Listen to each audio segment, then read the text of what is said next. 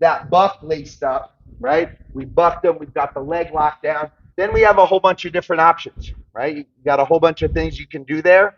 I'm going to threaten the twister from here first.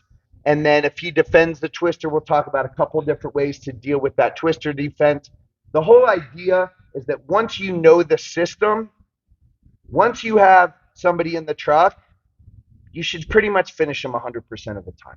It's like it's a choose your own adventure novel where everything he chooses winds up with him tapping, but it's just based on what he does. You know, turn to page 87, you get calf cranes. Turn to page 93, you get banana split. Turn to page 12, twister finish, right? So I'm here with Jake. Jake's really good at defending the back. He's making me carry his weight. I'm not able to bring him over to either side. Boom, I kick him over, knee him in the butt to bring him up, right?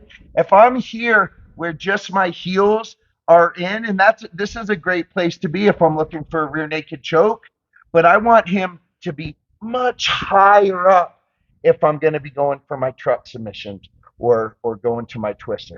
So that's what this knee, boom, I drive him up and then I lace it in. Now from here, I'm going to take this control sidearm. I'm going to dig underneath. I'm going to pull my choking sidearm out. But I'm maintaining control of this top arm. He can't turn into me because of the bottom leg. Even if it's EBIOT, even if he touches this elbow to the mat, he's not free because his hips aren't free, right? So I'm controlling this with my control sidearm. I'm going to shoot my left arm deep here, and I'm going to snatch baseball bat control, right? From here, we're going to go to our Swedish twister. I'm going to pull it over my head.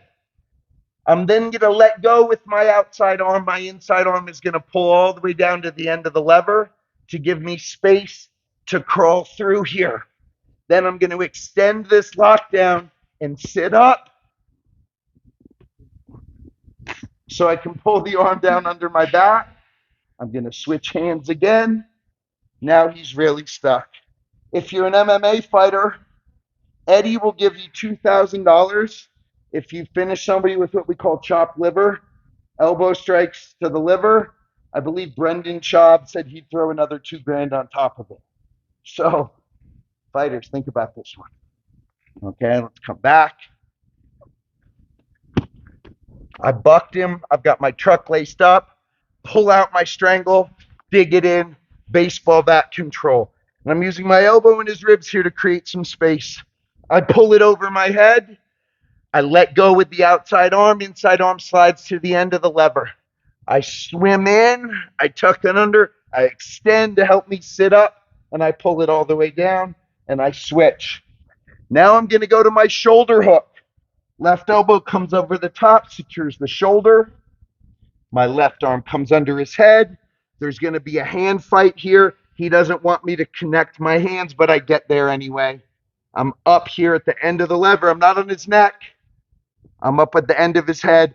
I extend my hips and pull on his head for this twister finish. Baseball bat control. Here we were. Choking arm comes out, digs in. Baseball bat control. Over my head. End of the lever. Swim. Extend, sit up, pull it down. Now it's trap, switch, shoulder trap, arm under the head, maybe some liver shots. Connect my hands for the finish. Question. Swedish twister from the buck. Let's run it. 1, 2.